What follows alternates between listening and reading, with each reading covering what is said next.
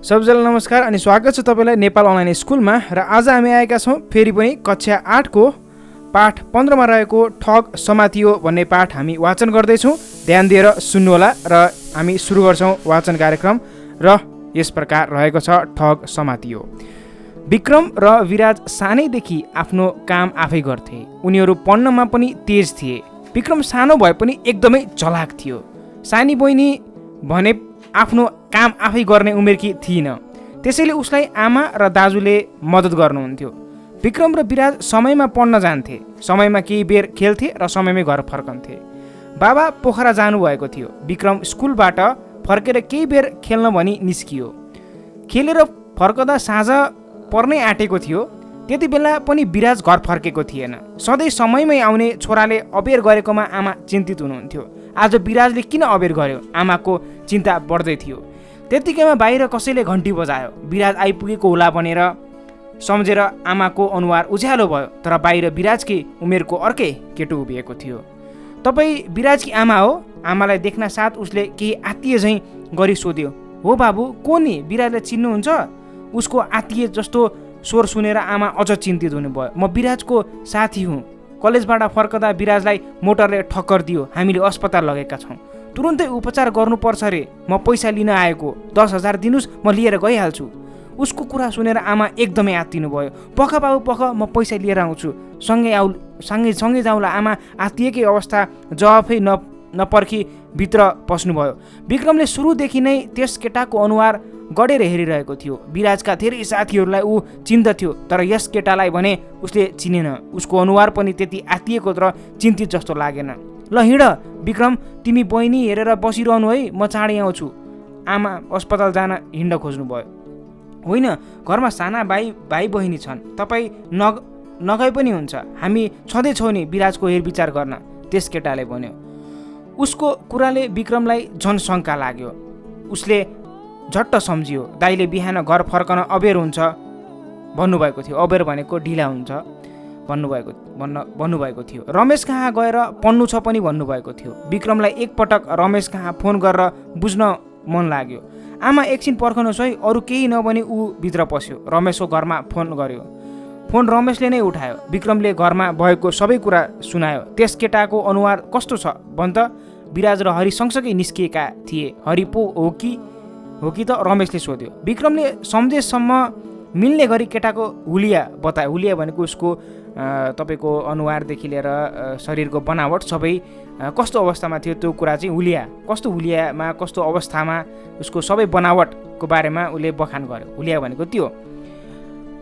अब हुलिया सुनेर रमेशलाई कतै ठग त होइन भन्ने लाग्यो। रमेशले भन्यो, त्यसलाई केही बेर अल्मलाएर राख। अब अल्मलाएर राख भन्नुको मतलब कसैलाई भ्रममा, कसैलाई झुल्याएर राख, केही समय भ्रममा राख, यसरी भन्न खोजिएको छ।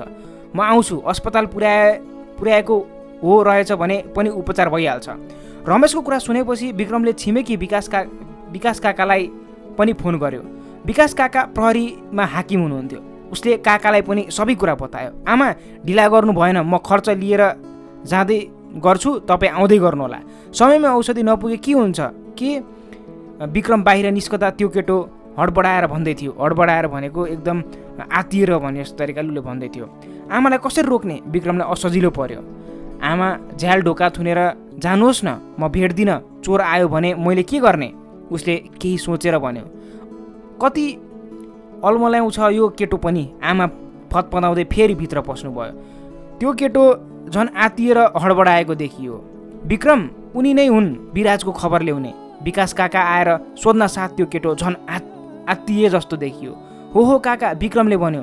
तपाईँहरू समय बर्बाद गर्दै हुनुहुन्छ, म हिँडेँ, तपाईँहरू आउँदै गर्नुहोस्। त्यसले च्याटिएको स्वरमा भन्यो, अर्थात् यसरी भन्यो, म हिँडेँ, तपाईँहरू आउँदै गर्नुहोस् भनेर चाहिँ च्याटिएको स्वरमा अलि हिँड्यो।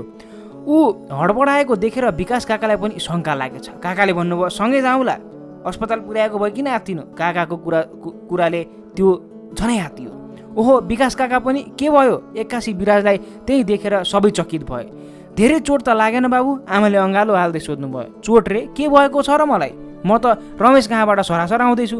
भाइले भनेकै थिए नि अलि अबेर हुन्छ भनेर। बिर्स्यो कि क्या हो? उसले छक्क पर्दै सोध्यो। खबरदार, भाग्ने होइन, अब तँलाई म ठिक गर्छु। काकाको आवाजले सबैको ध्यान त्यस केटातिर गयो। ऊ भाग्न खोज्दै रहेछ। काकाले उसलाई समात्नु भयो। रमेश पनि आइपुग्यो। विक्रम, तिमीले गर्दा आमा ठगिनबाट बस्नुभयो। यस्ता ठगहरूको अहिले बिगबिगी छ। बिगबिगी छ भन्नुको मतलब डर छ, त्रास छ। विकास काकाको कुराले सबै छक्क परे। विक्रम मनमनै खुसी थियो। बाबा यो कुरा थाहा पाएपछि कति खुसी हुनुहोला भन्दै थियो। र अब यो कथा चाहिँ एक हिसाबले यहीँ समाप्त भएको छ। कता कता अझै कथा लम्बिएको भए हुन्थ्यो भन्ने चाहिँ लाग्छ। तर यही नै यो कथाको मेन यसको चाम भन्छौँ, यसको चाहिँ चाखलाग्दो कुरा यही नै छ। किनकि यसले हाम्रो दिमागमा एउटा अमिट छाप छोड्छ। किनकि आदि अधुरो नै कता कता छोड्ने जस्तो लाग्छ। तर यस कथाको सारांश यसले भन्न खोजेको कुरा के छ भन्दाखेरि कोही पनि व्यक्ति, कुनै पनि मान्छे तपाईँको घरमा अचानक आएर पैसा माग्छ भने त्यसबारेमा विचार गर्नुपर्छ। कुनै पनि कुरामा झट्ट विश्वास गर्नुभन्दा पनि तथ्य सत्य बुझेर चाहिँ त्यो कुरामा चाहिँ आफू अगाडि बढ्दा राम्रो हुन्छ। कुनै पनि कुरामा छिटो पैसा खर्च गर्ने, पैसा खर्चिने लगायतका कामहरू गर्नु हुँदैन। सत्य तथ्य बुझेर मात्र हामी कार्यहरू अगाडि बढ्नुपर्छ भन्ने कुरा सन्देश छ। यसै गरी हामी पाठ 16मा हामी अर्को पाठ पढ्नेछौँ। अहिलेको लागि भने हामी बिदा माग्छौँ। पाठ 16मा हामी भेट्नेछौँ। पाठ 16मा रहेको छ कम्प्युटर र इन्टरनेट। यसको पनि हामीले वाचन कार्यक्रम राखेका छौँ। अहिलेको लागि बिदा माग्छौँ। हस्त, धन्यवाद।